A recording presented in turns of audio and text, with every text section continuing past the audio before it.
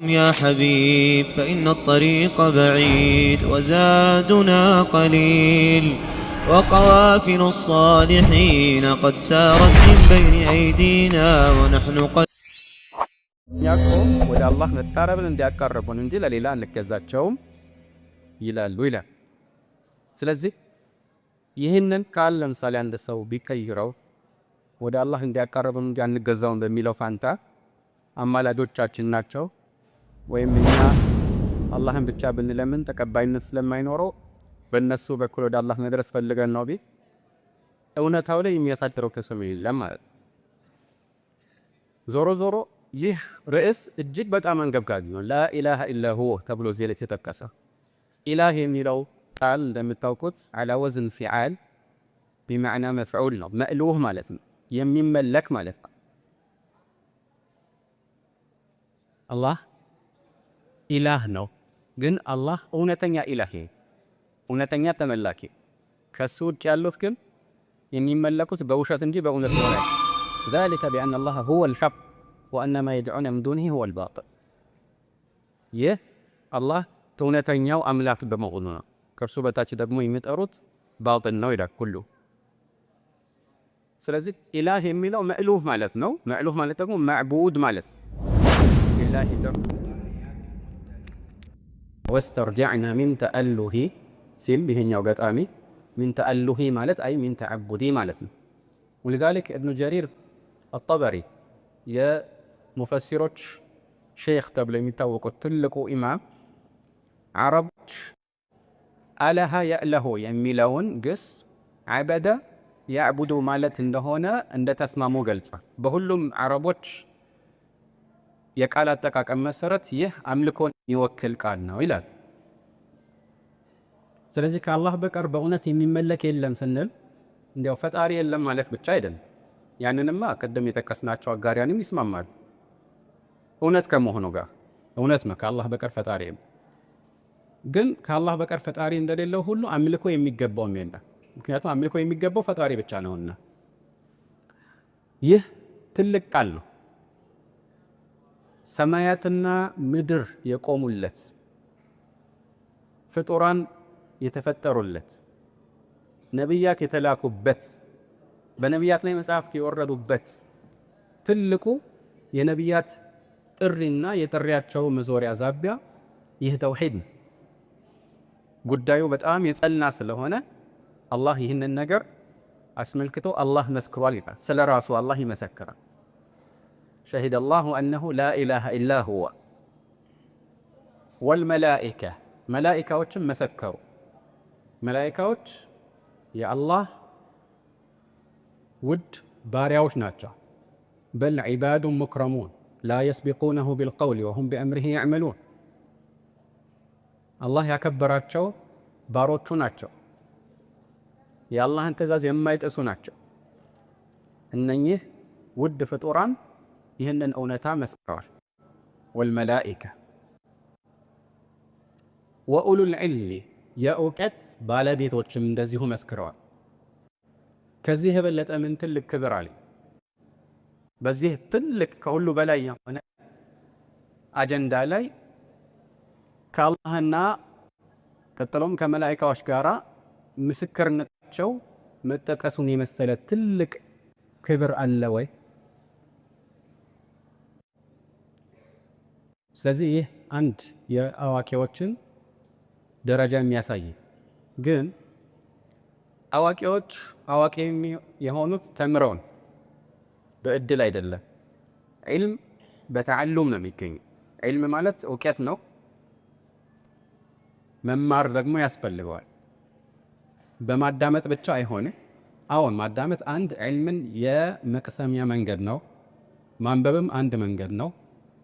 ግን ማንበብ እና መማር ይለያያሉ። መስማትና መማር ይለያያሉ። መማር በውስጡ እነዚህን ነገሮች ብቻ ሳይሆን መሸምደድን፣ ማጥናትን፣ መጠየቅን፣ ከዚያ በኋላ ደግሞ መጻፍን፣ መልሶን ያንን ነገር ከሌሎች ጋር አብሮ መከለስን እና የመሳሰሉትን ነገሮችን ያዘለ ነገር። ስለዚህ እውቀትን የሚፈልግ ሰው መማር አለበት። ሌላ የተለየ አቋራጭ የለም ማለት ነው።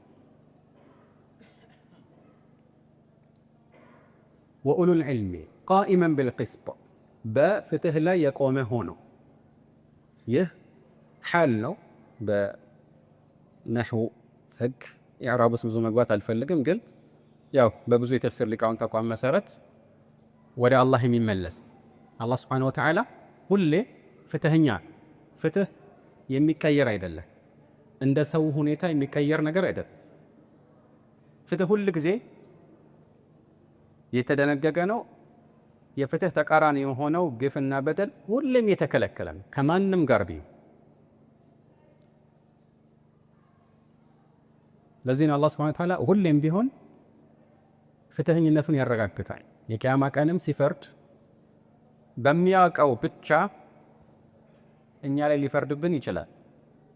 ነገር ግን መስካሪ ያቀርብብናል፣ ስራችን እንዲመዘን ያደርጋል። ወነضع الموازين القسط ليوم القيامة فلا تظلم نفس شيئا وإن كان مثقال حبة من خردل أتينا بها وكفى بنا حاسبين። የቂያማ ቀን የፍትህ ሚዛኖችን እናስቀምጣለን።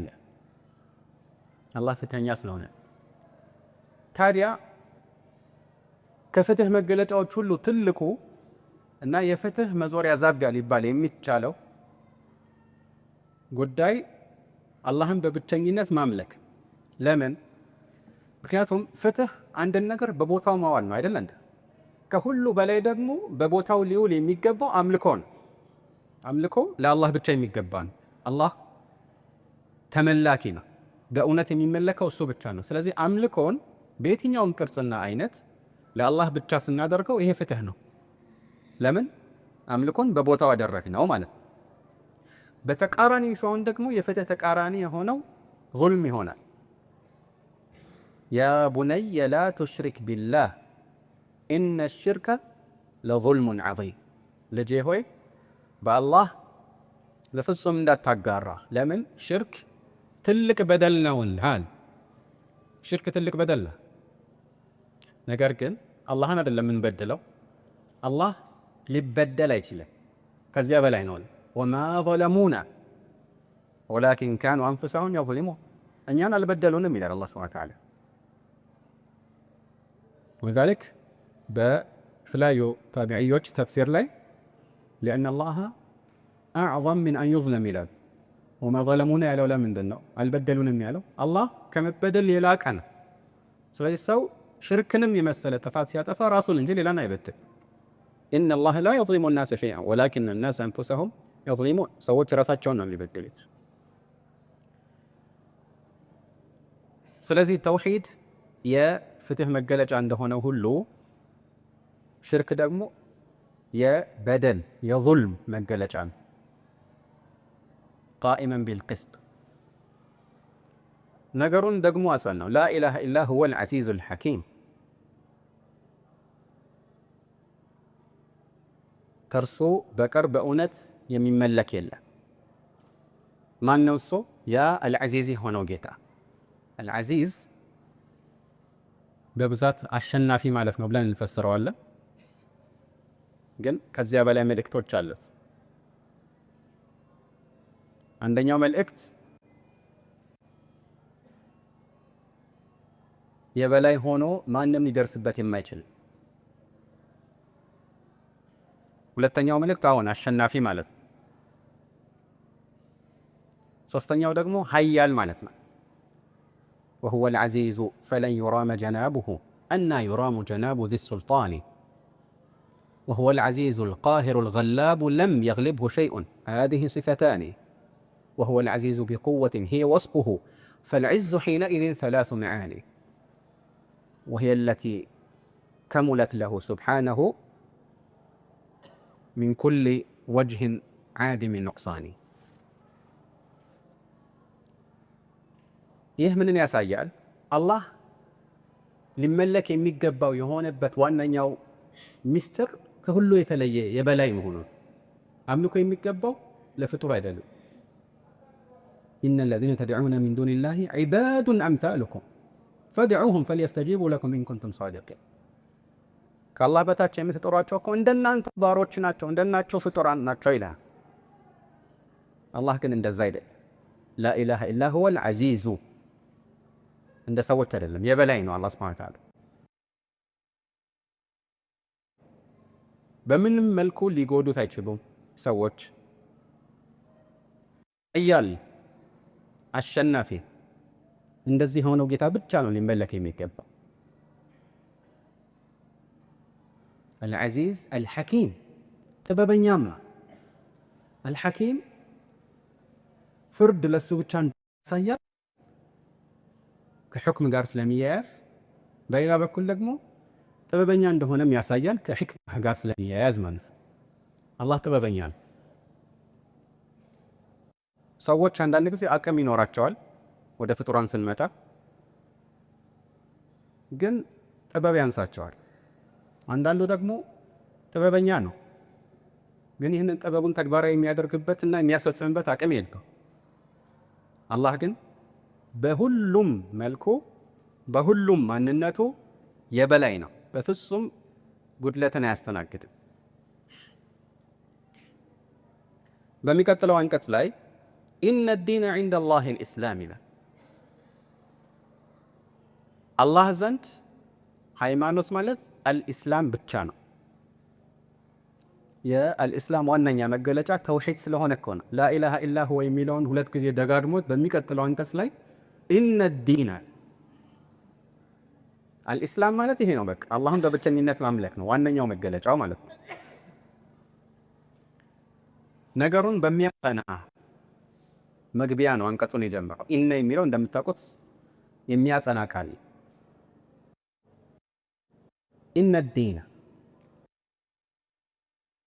የሉም አይደለም። አላህ ዘንድ ግን ተቀባይነት ያለው አልኢስላም ብቻ። ለምን? ምክንያቱም እሱ የመረጠው እምነት ነው። የሰው እምነት አይደለም፣ ሰው ሰራሽ አይደለም። አልየውመ አክመልቱ ለኩም ዲነኩም፣ ዛሬ ሃይማኖታችሁም ሞላሁላችሁ ይላል።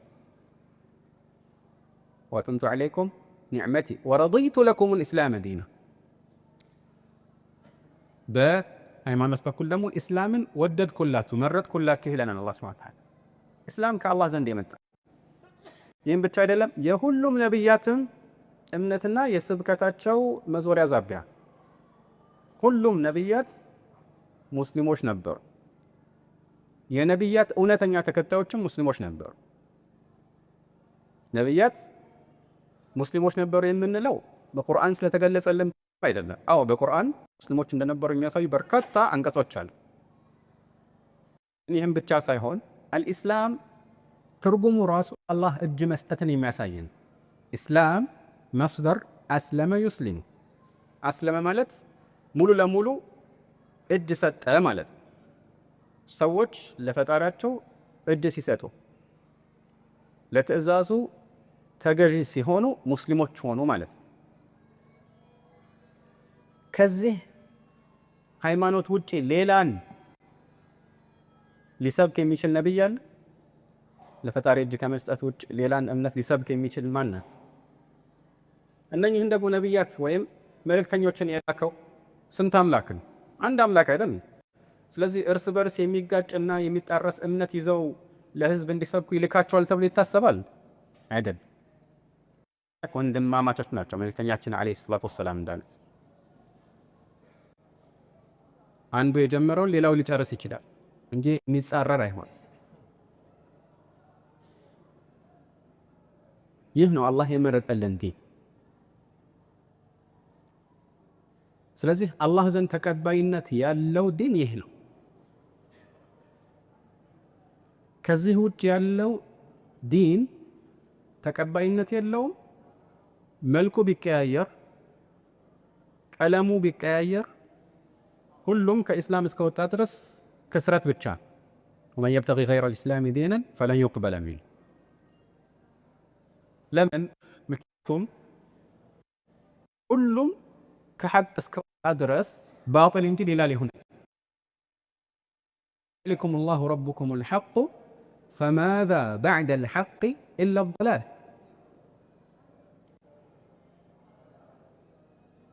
ይህ ነው እውነተኛው ጌታችሁ ከሐቅ በኋላ ጥመት እንጂ ሌላ ምን አለ ይለናል ጌታችን አላህ ሱብሓነሁ ወተዓላ።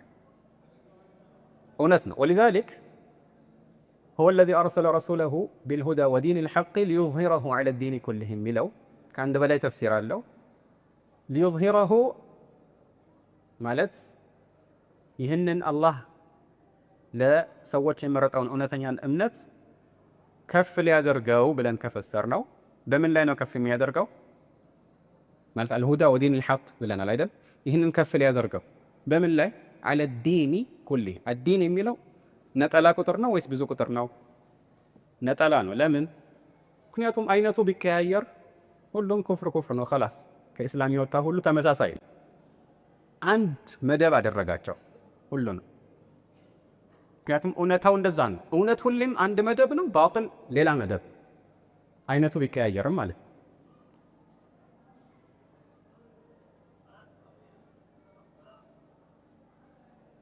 ስለዚህ እውነተኛው እምነት አላህ የመረጠው ብቻ ነው መሆን ያለበት። ኢነ ዲነ ዐንደ አላህ አልኢስላም። هذا الإسلام الإسلام ታሪፍ ተደርጓል። የምናውቀው ኢስላም ዝርዝር እና ቅርንጫፋዊ ህግጋት እንደየዘመኑ በአላህ ፈቃድ ሊለያዩ ይችላሉ። መሰረቶቹ ግን አይለያዩ። ሐታ መሰረቶቹ ሲባል አምልኮ ወይም አላህን በብቸኝነት ማምለክና የዚህን ተቃራኒ አላህን በብቸኛ ማምለክና ተቃራኒውን ሽርክን መራቅን ብቻ አይደለም የምናወሳው። መሰረታዊ የስነ ምግባር መገለጫዎች ለምሳሌ ጥሩ መናገር ወይም እውነትን መናገር፣ ውሸትን መራቅ፣ ፍትህኛ መሆን፣ ከፍተኞች ጋር መቆም፣ መልካም ባህሪን ለሰዎች ማንጸባረቅ፣ ለሌሎች ጥሩን መናገር መሰል መልካም ስነ ምግባር የሚገለጥባቸው ዝርዝር ህግጋትና ወይም ድንጋጌዎችና አፈጻጸማቸው ሊቀያየር ይችላል። ለምን?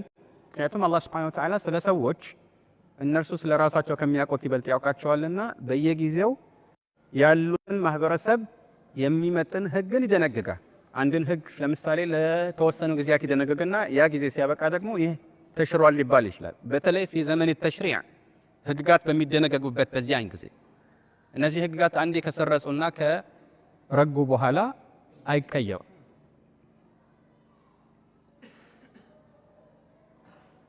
ሊኩልን ጀዐልና ሚንኩም ሽርዐተን ወሚንሃጃ ብለው አላህ አስቀድሞ ስለዚህ ነገር ነግሮናል። ስለዚህ ዝርዝር ህግጋት መቀየራቸው ዋናው እምነታቸው ኢስላም አለመሆኑን የሚያንጸባርቅ አይደለም። በመቀጠል ምን ይላል? ወመኽተለፈ አለዚነ ኡቱል ኪታበ ኢላ ሚን በዕድ ማ ጃአሁሙል ዒልሙ በግየን በይነሁም። እነዚያ መጽሐፍ የተሰጡት እውቀት ከመጣላቸው በኋላ ድንበር በማለፍ እንጂ አልተለያዩም ይላል። እነዚያ መጽሐፍ የተሰጡት እውቀት ከመጣላቸው በኋላ ድንበር በማለፍ እንጂ አልተለያዩም። ብዙ ቁም ነገሮችን ያዘለ ገለጻ ነው። መጽሐፍ የተሰጡት በእርግጥ ሁለት ጭፍራዎችን ብቻ የሚመለከት ቁርአን ውስጥ አህሉል ኪታብ የሚባሉት ሁለት ጭፍራዎች ብቻ ናቸው፣ አልየሁድ ወነሳራ። በሆነ ውስን ፍርድ ከነሱ ጋር የሚመሳሰሉ ሊኖሩ ይችላሉ፣ እንዲመሳሰሉ የተደረጉ ሊኖሩ ይችላሉ። ግን አላህ ሱብሓነሁ ወተዓላ ፊ ሱረቲል አንዓም አን ተቁሉ ኢነማ ኡንዚለል ኪታቡ ዐላ ጣኢፈተይኒ ሚን ቀብሊና ወኢን ኩና ዐን ዲራሰቲሂም ለጋፊሊን ሲል የቂያማ ቀን እንዲህ አይነት ዑዝር እንዳታቀርቡ ሲል ሁለት ጭፍራዎች ላይ ብቻ እኮ ነው ከኛ በፊት መጽሐፍ የወረደው ብላችሁ እንዳትከራከሩ ሲል ሁለት ጭፍራ ብቻ እንዳለ ያሳያል። ከዚያ በላይ ቢኖር ለማስረጃነት ይጠቅማቸው ነበርና ያቀርቡት ነበርና ማለት ነው። አልየሁድ ወነሳራ የነዚህ ጉዳይ በቁርአን ውስጥ በተለያዩ ምዕራፎች ላይ የሚገለጸው እና የሚብራራው እንዲያው ለሙስሊሞች በአንዳንድ እምነቶች ቀረብ ያሉ ስለሆኑ ግን መሰረታቸውን ጥለው ትክክል የወረዱትን መመሪያዎች ቀይረው ወደ ባዕድ አምልኮ በመግባታቸው ሌላ አዲስ እምነት በመፍጠራቸው እና በመሳሰሉት ጥፋቶቻቸው የተነሳ አላህ ሱብሓነሁ ወተዓላ እርማትን ይሰጥባቸዋል። እኛም ደግሞ እንደነሱ እንዳንሆን ማስተማሪያ ነው። ወመኽተለፈ الذين أوتوا الكتاب إلا من بعد ما جاءهم العلم እውቀት ከመጣላቸው በኋላ እንጂ አልተለያዩም ማለት መለያየታቸው ተወግዟል። እውቀት ከመጣላቸው በኋላ ሲል ይህ የመጣላቸው እውቀት ያለንም ጥርጥር ከአላህ ዘንድ የመጣላቸው እውቀት በነብያት አማካይነት እውቀት ከመጣላቸው በኋላ ተለያዩ ማለት ነው። ይህ የሚያንጸባርቀው ከአላህ ዘንድ ግልጽ የሆነ ማስረጃ በቅንፍ ውስጥ እውቀት ከመጣ በኋላ መወዛገብ ክልክል፣ ግዴታችን ያንን ማስረጃ መከተል ብቻ። በተለያየ የቁርአን አንቀጾች ላይ አላህ ሱብሓነሁ ወተዓላ ነገሮች ከተገለጹ በኋላ መወዛገብን ይከለክላል፣ መከራከርም እንደዚህ። ወለذلك አላህ ሱብሓነሁ ወተዓላ በበድር ጦርነት ላይ እነዛ ሰሓቦች ማድረግ ያለባቸውን ከመግለጹ ጋር ያንን ትዕዛዝ ለመፈጸም ፈራ ተባ ሲሉ ሲያንገራግሩ አላህ ወቀሳቸው፣ አስተማራቸው። ዩጃዲሉነከ ፊል ሐቅ በዕደማ ተበየን ከአነማ ዩሳቁነ ኢለል መውት ወሁም የንظሩን። ሐቁ ከተገለጸ በኋላ ይከራከረዋል አለ።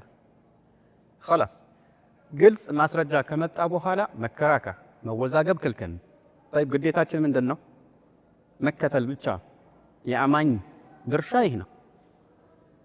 وما كان لمؤمن ولا مؤمنة إذا قضى الله ورسوله أمرا أن يكون لهم الخيارة من أمرهم ومن يعص الله ورسوله فقد ضل ضلالا مبينا. አላህና መልእክተኛው አንድን ውሳኔ ባስተላለፉ ወይም ትዕዛዝን ባስተላለፉ ጊዜ ለወንድም ይሁን ለሴት አማኝ ከዚህ ውጭ በፍጹም ሌላ ምርጫ ሊኖራቸው አይገባም ይላል። ሌላ ምርጫ በፍጹም ሊኖረን አይገባም። አላህና መልእክተኛው ከደነገጉልን ውጭ ሌላ አማራጭ ሊኖረን አይችልም። አማኞች ነና እና ከዚህ አንፃር እነዚህን ከኛ በፊት የነበሩትን በሌላ አነጋገር ከኛ በፊት መጽሐፍ ተሰጥተው የነበሩ ሲወቅሳቸው ዋነኛ ምክንያቱ እውነት ከተገለጸላቸው በኋላ ወደ ክርስ መግባታቸውን መነሻቸውን ደግሞ ገለጸል። በግየን በይነሁ ያኒ ይሄኛው መፍዑሉ ሊአጅሊሂ ነው ማለት ድንበር በማለፍ የተነሳ ማለት ነው። ይሄ የሚያሳየው እውነት ከተገለጸ በኋላ ጭቅጭቅ ከተነሳ ቢያንስ ከሁለቱ ወይም ከሁለት በላይም ከሆኑ አንደኛው ወገን ድንበር ማለፍ ውስጥ ወይም የተደነገገውን በቅን ልቦና በመከተል ፋንታ ያላግባብ ይሆን ጥራዝ ነጠቀትነት ውስጥ መግባትን ያሳያል። በዚህ ውስጥ መግባትን ያሳያል። ሁሌ ከእውነት በኋላ ጭቅጭቅ የሚመጣው ቢያንስ አንደኛው ወገን በዚህ ውስጥ መግባት ነው። እውነት ከተገለጸ በኋላ ሌላ አማራጭ ሊሆን አይችልም። የተወሰነ ስሜት ተቀላቅሎበት እንግዲህ በግለሰብ ደረጃ ሁሉም የተሳሳተ ሁሉ ስሜት ውስጥ ገብቷል ለማለት እንዳልሆነ ግልጽ። ግን እንደመነሻ ሰዎችን ከትክክለኛው በተለይ ግልጽ ከሆነው መንገድ እንዲወጡ የሚያደርጋቸው ስሜትን መከተል ነው። فإن لم يستجيبوا لك فاعلم أنما يتبعون هواءه ومن أضل ممن اتبع هواه بغير هدى من الله. እምቢ የሚሉ ከሆነ ለአንተ ተገቢውን ምላሽ የማይሰጡ ከሆነ ስሜቶቻቸውን እንደሚከተሉ እወቅ ይላል አላህ ሱብሓነሁ ወተዓላ። ይህ ደግሞ ትልቅ ጉዳይ። ስለዚህ አማራጩ ይሄ ነው፣ ወይ ወህይ መከተል ወይ ስሜትን መከተል። አስሉ ይሄ ነው ማለት ነው። ነገር ግን ሰዎች የሚሳሳቱት ሁሉ ጊዜ ስሜታቸውን ሙሉ ለሙሉ ስለተከተሉ ነው ወይ? አይደለም። طيب ሙሉ ለሙሉ አንድ ሰው ስሜቱን ሳይከተል በሆነ ውዥንብር ውስጥ ገብቶ በተወሰነ መልኩ ደግሞ ስሜቱን ወይም ደግሞ የግል ዝንባሌውን ማስተናገዱ ተጽዕኖ ሊያሳድርበት ይችላል ወይ? አዎ። ከዚህ አንፃር ወቀሳው እንደ መጠኑ ይለያያል። ስሜት መከተል መጠኑ በበዛ ቁጥር ወቀሳውም እንደዚህ እየበዛ ይሄዳል ማለት ነው። ስለዚህ ይህ ስሜት ተከታይነት እንደ መነሻ የሙስሊም መገለጫ ሊሆን አይገባም። ይህንን የፈጸመ ሙስሊም አይደለም ማለት አይደለም፣ ግን የሙስሊም መገለጫ ሊሆን አይገባም። ልክ መዋሸት በተለይ በሃይማኖታዊ ህግጋት ላይ መዋሸት የሙስሊም መገለጫ ሊሆን እንደማይገባው ሁሉ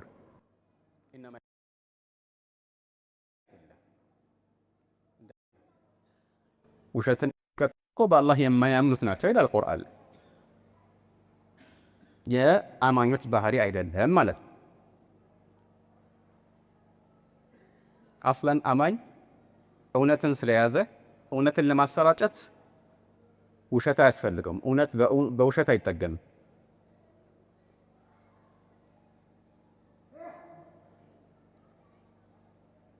የያዝከውን እምነት ለማሰራጨት ሌሎች ላይ መዋሸት ካስፈለገ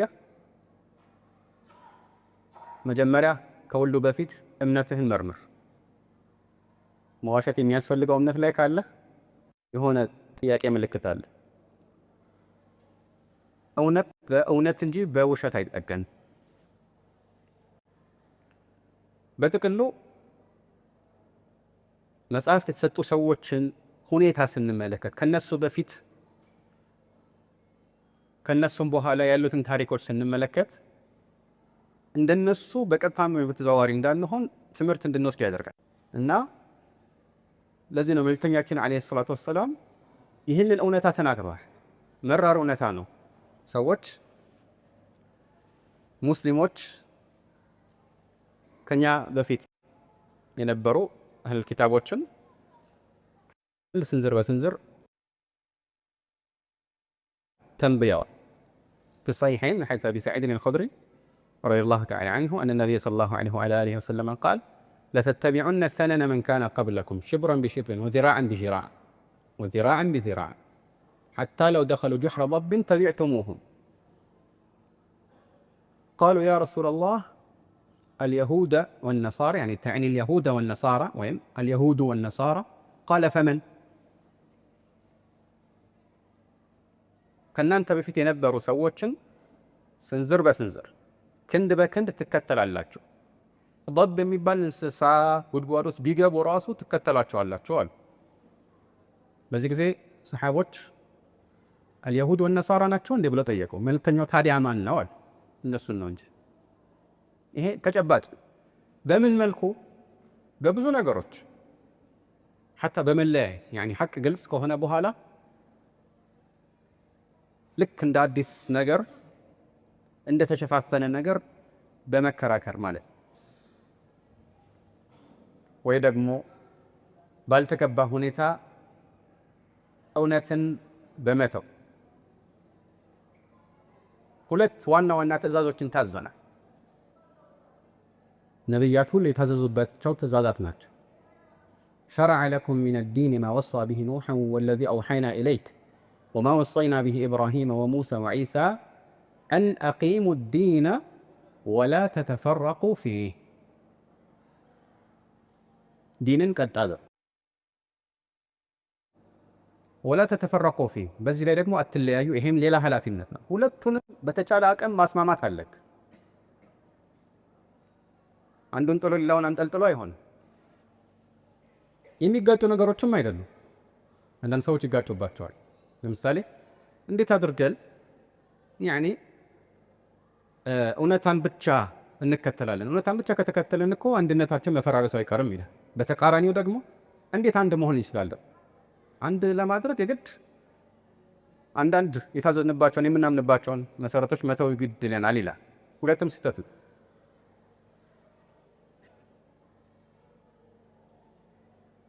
ይህንን ለመፍታት በሙስሊሞች መካከል ያሉ የኺላፍ ርዕሶችን በደረጃ ማስቀመጥ ያስፈልጋል። አንዳንዶቹ ከፍ ያሉ ናቸው፣ አንዳንዶቹ ደግሞ ዝቅ ያሉ ናቸው። ሁሉም በልኩ መያዝ ያስፈልጋል። ይህን ለማድረግ ደግሞ አይነተኛ መነሻው እና መለያው ማጣሪያውን ፊቱ ዒልም ነው። እውቀት ያለው ሰው ሁሉንም ነገር በልኩ ያስቀምጣል። የማይጋነነውን አያጋነንም። በቸልታ የማይታለፈውን በቸልታ አያልፍም። وما اختلف الذين أوتوا الكتاب إلا من بعد ما جاءهم العلم بغيا بينهم ومكتل من على ومن يكفر بآيات الله فإن الله سريع الحساب بالله أنكتوش يمكت كالله الله مرمراو بتام يفتنا جيتانم بالله أنكتوش يكاد ياسين قريف قلت ما سرجعوش كما تطبوها لا مالت إلا من بعد ما جاءهم العلم بغيا بينهم قلت ما سرجعوش كما تطبوها لا يكاد مالت قل يكاد سيبال برقط ياو كإسلام يميوتا مهنو قل سنو قل كالنسو قار بهون ملكو يتمسى السلام بالنسو لاي كم يورد وكاسا يهون درشين وروال يقد كافر هنا المالت هدد كزيان صار ديناتنا أتبكن بتككل لمياس أو كتي أسفل جكنا أتبقوا مياس من مشكرين تمتن بري ماكرر أي فكت من نجار مالت قن تبك أميرون تبك أدركوا مياس تككلنياو أمنتهم يا يحيى خذ الكتاب بقوة هذا اللي تقول لموسى رضي الله من العتف سورة الأعراف فخذها بقوة وأمر قومك يأخذوا بأحسنها يميت أبكول ما تبك يميل اللهم ملالت يالقبان اسم من الناتركة لما أن يوم بلن ناتركة وإسلام أن يوم بلن نلالا بالقبان نقر لا يدكمو راساتشنن بمقوتت كمن نقر كمسعفو بمان نوكا قدائي لاي أستايد كمسعف بمقوتت لإسلام دجن مهن انشلال ብዙ ሰዎች ጋር የጎደለው ነገር ይሄ ነው። ዛሬ ነገሮች ተለያይተዋል። ድሮ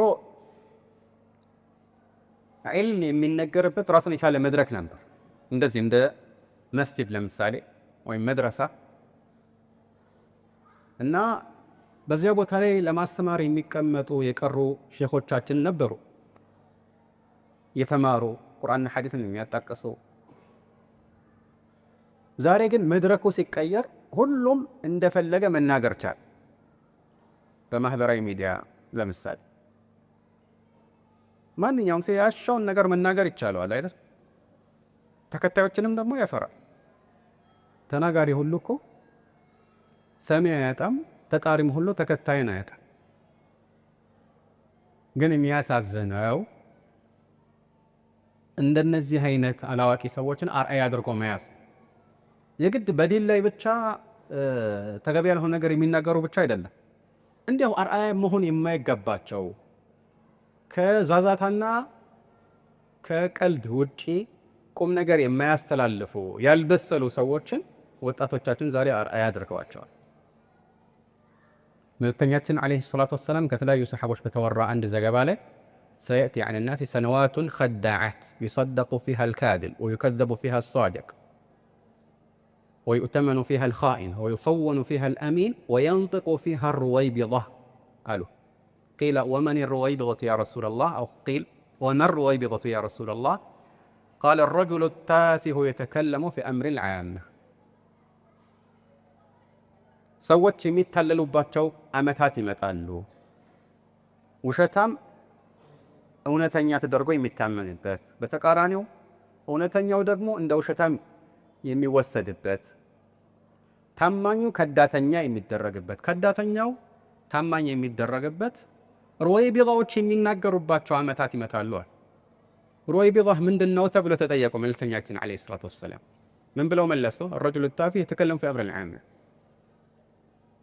ውዳቂ የሆነ ተራ ሰው ሁሉንም በሚመለከት አጠቃላይ ጉዳይ ላይ ይናገራል። ሁሉንም በሚመለከት አዋቂዎች ልምድ ያላቸው አርአያ ሊሆን የሚገቡ ሰዎች መናገር በሚገባቸው ጉዳይ ላይ ቀደም ብለው የሚናገሩ ውዳቂ ሰዎች ይመጣሉ። ይሄ በተጨባጭ የምናየው ነገር ማንም ሊያስተባብለው የማይችል ተጨባጭ ነው። ውሸትም በቀላሉ የሚሰራጭባቸው መስኮች ሆነዋል። እነዚህ ሚዲያዎች። ስለዚህ ጥንቃቄ ያስፈልጋል ማለት ነው። መልእክተኛችን ዓለይሂ ሰላቱ ወሰላም ፊ ሌሊቱል ሚዕራጅ አንድ ሰው አፉ በጎን በኩል እየተቀደደ ሲቀጣ አይተው ይህ የምናደርገው ነው ብለው ጅብሪል ሲጠይቁት ምንድን ያላቸው? ሁወ ረጁል የክዚቡ ከዚበተን ፈተብሉጉ ልአፋቅ አው ከማ ቃል። የሆነች ውሸት ይዋሽና አድማስን ያዳርሳል።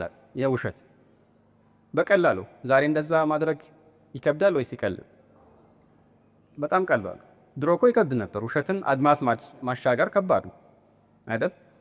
ዛሬ በቀላሉ አንድ ሰው ስልኩን ከፍተው የሆነ ነገር ይጽፋል ወይ ይናገራል ወይ ትክክለኛ ያልሆነ ምስልን አቀናብሮ ሰውን ያታልላል። ያ ዓለምን ያጥለቀለቅ። የእውቀትን ባህሪ እውቀት ባህሪ ያለው እውቀት ሰዎችን ያንጻልና በእውቀት የታነጸ ስብዕና ያለ ሰው ግን ሁሌም ቢሆን ይጠነቀቃል፣ አይቸኩልም። አርአያዎቹ ማን እንደሆኑ ይለያል። እነዚህ ያለ ሰዎች አይደሉም አርአያዎቹ አርአያ ሊሆኑ የሚገቡ ታላላቅ ስብዕናዎች ናቸው። ድሮም ይሁን ዘንድሮ ማለት ነው። ድሮም ሲባል ለምሳሌ ከነብያት ወይም ለምሳሌ ከሰሓቦች መጀመር እንችላለን። አርአያዎቻችን እነሱ ናቸው። ኡላኢከ አባኢ ፈጂእኒ ቢሚስሊሂ እንደተባለ ሁሌ ልናወሳ የሚገባው እንደነሱ አይነቶችን ወይም ከነሱ በኋላ የተተኩ ምርጥ ትውልዶችን። ዛሬም ድረስ ደግሞ ያሉ ምርጥ አርአያዎች አሉ። አዋቂዎች ጥሩ ስብዕና ያላቸው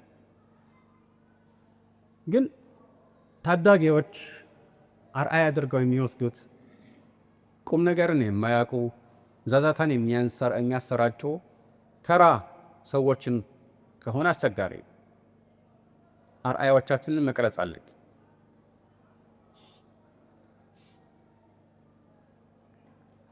በጣም ወሳኝ ርዕስ ስለሆነ ነው ስለ አርአያ የምናወራው። ምክንያቱም አርአያ ሲባል የግድ ማዕሱም ሆኖ እንደ ነቢያት የምትከተለው ብቻ አይደለም እኮ አይደል? አርአያ አንተን ለጥሩ ነገር የሚያነሳሳህ ማለት ነው። ሞራልህን የሚያነሳሳ ወደ ጥሩ የሚገፋፋህ ነገር አርአያህን አስፈላጊ ነው ይሄ። ምክንያቱም ሰዎች ለምሳሌ ነቢያት አርአያዎቻችን ናቸው ሲባል አዎ ይላል፣ አርአያዎቻችን ናቸው። ግን እነሱ እኮ ከአላህ ዘንድ ወህይ የሚወርድላቸው አላህ ከየትኛውም ወንጀል የጠበቃቸው ማዕሱም የሆኑ ብፁዓን ናቸው ይላል። ሰሓቦችም አላህ የመረጣቸው በዛን ዘመን የነበሩ። ዛሬ ዘመኑ ተቀይሯል። ዛሬ ባለንበት ተጨባጭ ህይወት ተቀይሯል። ማህበረሰቡ ሌላ ነው የሚሉ ነገሮች ሊነሱ ይችላል። ዛሬ ባለንበት ተጨባጭ ዛሬ ባለንበት ማህበረሰብ ውስጥ የድሮዎችን የሚያስታውሱ መልካም አርአያዎች ሞልተውናል። አልሐምዱሊላህ። ማንም ሰው ስለ ኢስላም ተስፋን የሚያጨልም ንግግር መናገር የለበት። አው የሚያሳዝኑ ነገሮች አሉ፣ የሚከፉ ነገሮች ሁሌም ይኖራሉ። ግን ሰው ሁሉ ጠፋ ይባል። መልእክተኛው ዓለይሂ ሰላቱ ወሰላም መን ቃለ ሀለከ ናስ ፈሁወ አህለኩሁም ወይም ፈሁወ አህለከሁም ብለዋል። ሰዎች በቃ ጠፍተዋል ያለ ከሱ ውጭ ያለን ሁሉ ወይ ማንም የሚረባ የለም የሚል ለምሳሌ ካለ ከሁሉ በፊት የጠፋው እሱ ነው ወይም እሱ ነው ያጠፋቸው በዚህ ንግግሩ ማለት ነው። አርአያዎች ዛሬም አሉ፣ የድሮቹ እንዳሉ ናቸው። እንግዲህ የድሮቹ ዘመን ተቀይሯል የሚለው ነገር አስተማማኝ መከራከሪያ ነጥብ ስለሆነ አይደለም ዛሬም አሉን ብለን ወደ ዛሬዎቹ የምንሸጋገረው። ትክክለኛ ማስተማመኛ ወይም ደግሞ መከራከሪያ ነጥብ ሆነ አይደለም። ምክንያቱም እነዚያም እኮ ሰዎች ናቸው፣ በድሮ ጊዜ የነበሩት ሰዎች ናቸው። አዎ ያለንበት ማህበረሰብ እና ዘመን ተጽዕኖ ያሳድራል። ግን ዋናው ትልቁ ተጽዕኖ ከውስጥ ነው የሚመጣው፣ ከራሳችን ነው የሚመነጭ። የራስ ፍላጎት ነው ከሁሉ በፊት የሚወስን። ግን ከሌሎች የምንፈልገው ግፊት ብቻ ሊሆን ይችላል። በተወሰነ መልኩ ትንሽ ገፋ ማድረግ ሊያስፈልገን ይችላል፣ እጅን መያዝ ሊያስፈልገን ይችላል።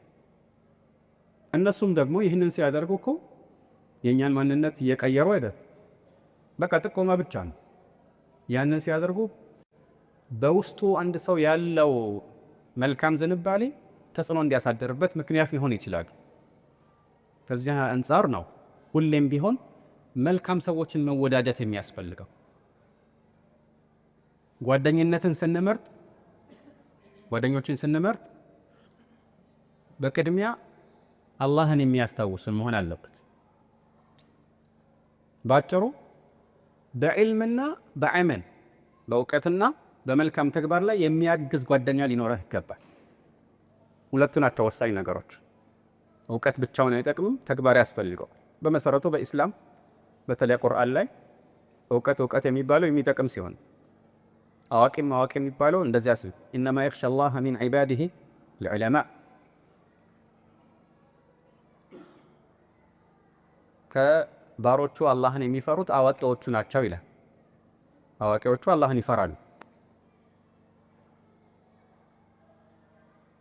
ኢብኑ መስዑድ ረዲየላሁ ተዓላ ዐንሁ ኢነመል ዓሊሙ መን የኽሻ አላህ ብለዋል። ወይም ኢነመል ዒልሙ ኸሽየቱላህ አላህን መፍራት ነው ዒልም ማለት ብለዋል። ጀህል ደግሞ ምንድን ነው? አላዋቂነት። ስለዚህ ጉዳይ በአእምሮ የሆነ እውቀትን አለመያዝ ወይ አለመገንዘብ ብቻ አይደለም። እሱ እንዲያው በቀላሉ ሊቀረፍ የሚችል በሽታ ነው። እንዴት በቀላሉ ሊቀረፍ የሚችል ማለት? በመማር ነው። ስንማር ደግሞ ማን ጋር ነው የምንሄደው? እውነተኛ ታማኝ የሆኑ አዋቂዎች ጋር ነው። ስለዚህ አንድ ሰው አካሉ ቢታመም ለምሳሌ ማን ጋር መሄድ አለበት? ታማኝ የሚባልን ዶክተር አጠያይቆ ይሄዳል አይደል? ለአንድ ሰው ታማኝ የሚባል እውነተኛ ዓሊም ማን ነው የሚለውን በምን አውቃለሁ ይላል። ግን ዶክተር ግን ሲሆን አታውቅም እኮ ገይብን አላህ ነው የሚያውቀው። ግን እንደምንም ታጣራለህ አይደለም? አይንህን መታከም ስትፈልግ ጥሩ የአይን ሐኪም ማን ነው? እስቲ ከሌ አይኑን ታክሞ ነበር ጠይቀው ይባል። እንዴት ነው? ጥሩ ነው? በጣም ጥሩ ነው ይላል። ወይም ደግሞ የባሰ አይኔን አጨለመብኝ ይችላል። ይቅርብኝ ዛማ አይደለም። እንደዚህ ያል ታጣራለህ አይደለም? ልክ እንደዚህ ነው እውቀትም ሲሆን የተሻለውን ሰው መምረጥ አንድ መንገድ። አንተ አልቆም ተይዞሃል። ሐኪሙ ወይም ጠቢቡ አዋቂው ዓሊም ሰው الجهل داء قاتل وشفاؤه أمران في التركيب متفقان نص من القرآن أو من سنة وطبيب ذاك العالم الرباني ሁለት ነገሮች ናቸው ማለት ፈውስ የሚሆኑት ለበሽታው ለአለማወቅ በሽታ ሁለት ነገሮች ናቸው። መልተኛው በነገራችን ላይ አለማወቅን ያው በሽታ ብለህ ሰይመውታል። አላ ሰአሉ ኢዝ ለም ይዕለሙ ፈኢነማ ሽፋኡ ሊዐይ ሱአላ።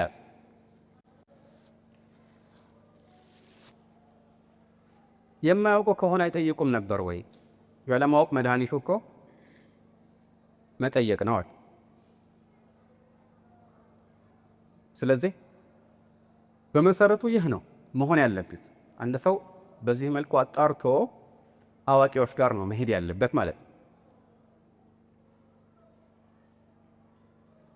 በተቻለ አቅም የእውነቱን የሚያስረዳውን ሰው መጠየቅ አለበት። ለማንኛውም ጀህል ወይም አለማወቅ እንዲሁ አለማወቅ ብቻ ከሆነ በማስተማር በቀላሉ ይቀረፋል። ግን በሱ ፋንታ ጀህል ሙረከብ ከሆነስ አያውቅም። በሱ ፋንታ ግን በእውነቱ ፋንታ ሌላ ውሸት ተክቷል፣ ትክክል ነው ብሎ ያምናል። ይህን ማስተካከል ሊከብድ ይችላል እንደ ሁኔታው፣ በተለይ ቅንነት ከሌለ።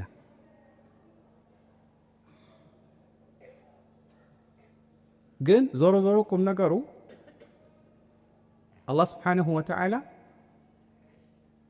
እያወቁ ማጥፋትንም እንደ ጀህል ነው በቁርአን ውስጥ የሚቆጥረው ወይም በዚህ መልኩ ነው የሚጠራው። ኢነማ ተውበቱ ላሂ ሊለዚነ የዕመሉነ ሱአ ቢጀሃለቲ ሱመ የቱቡነ ሚን ቀሪብ ይላል። አላህ ስብሓንሁ ወተዓላ ጸጸታቸውን የሚቀበላቸው ሰዎች ተውበት ለማን ነው ይህንን የሚቀበለው? መጥፎን ነገር በጀሃላ የፈጸሙትን ነው ይላል። ከዚያም ቶሎ የሚመለሱትን ያዕመሉነ ሱአ ቢጀሃለቲ ሱመ የቱቡነ ሚን ቀሪብ።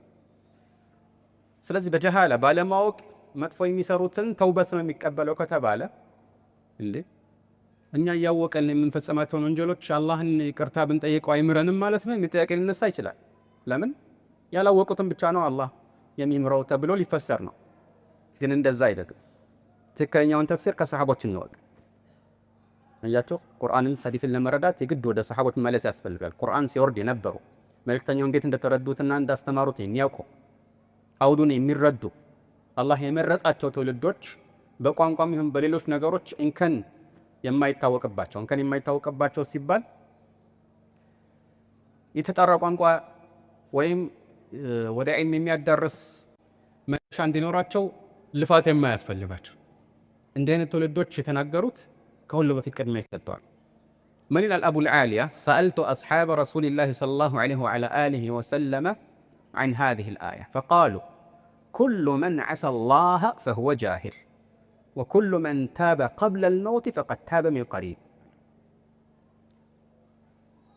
يا الله انهج يتعصى كله جاهل نوال ያወቅም ይሁን አይሁን ማለት ጀህል ነው። ይሄ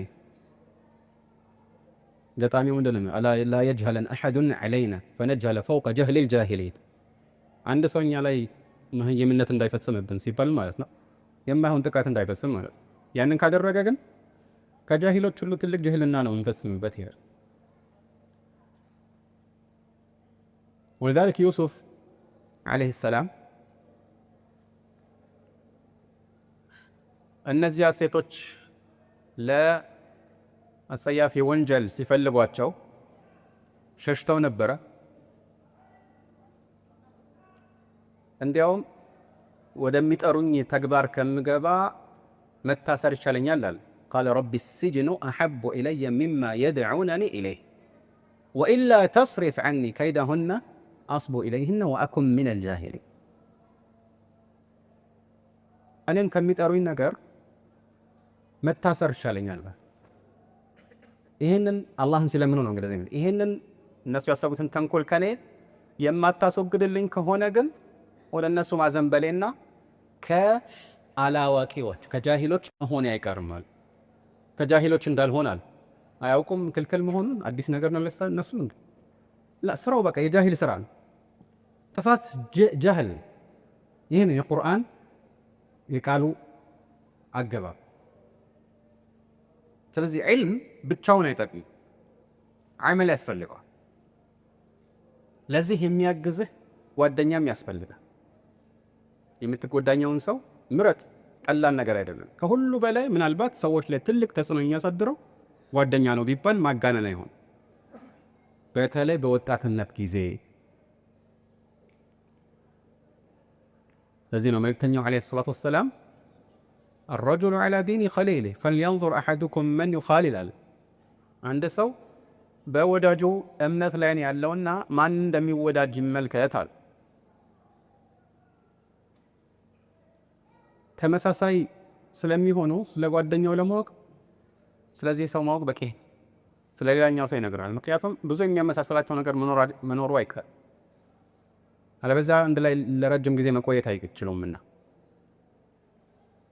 عن المرء لا تسأل وسل عن قرينه فكل قرين بالمقارن يقتدي إذا كنت في قوم فصاحب خيارهم ولا تصحب الأردى فتردى مع الردي.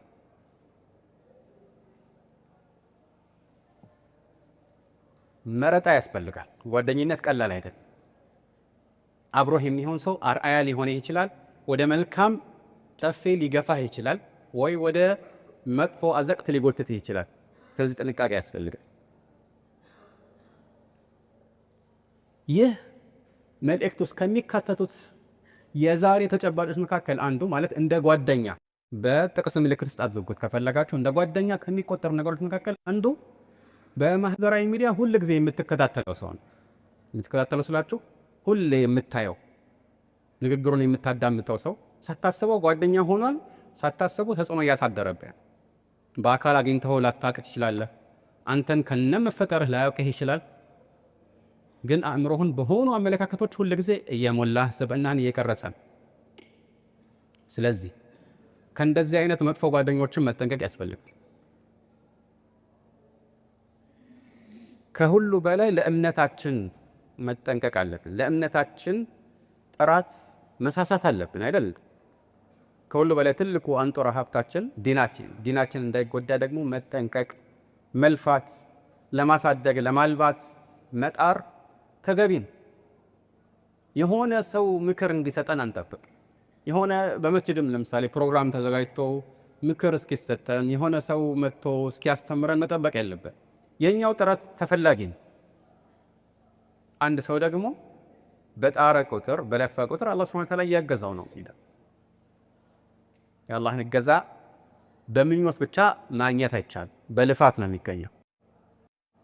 ወለዚነ ጃሃዱ ፊና ለነህዲየነሁም ሱቡለና ወኢነላህ ለመዐል ሙሕሲኒን። በእኛ መንገድ ላይ የታገሉ ሰዎችን አላህ መንገዳችንን እንመራቸዋለን አለ። አላህ የእሱ መንገዶች ቀጥተኛ የሆነውን መንገድ ከሚመሩ እንዲያደርገን እንማጸናለን። ሁሌም በእውነት ላይ ጸንተው በእምነትም በስነ ምግባርም በሁሉም ትክክለኛውን የመልእክተኛውን ዓለይሂ ሰላቱ ወሰላም ፋና ከሚከተሉ ሰዎች እንዲያደርገን እንማጸናለን። አሰሉላህ ዐዘ ወጀል አን የህዲየኒ ወኢያኩም ሊአሕሰኒል አኽላቂ ወልአህዋኢ ወልአድዋእ ፈኢነሁ ላ የህዲ ሊአሕሰኒሃ ኢላ ሁ وأسأله سبحانه وتعالى أن يجعلني وإياكم من الهداة المهتدين غير الضالين ولا المضلين. هذا والله أعلم، وصلى الله وسلم وبارك على عبده ورسوله محمد وآله وأصحابه أجمعين.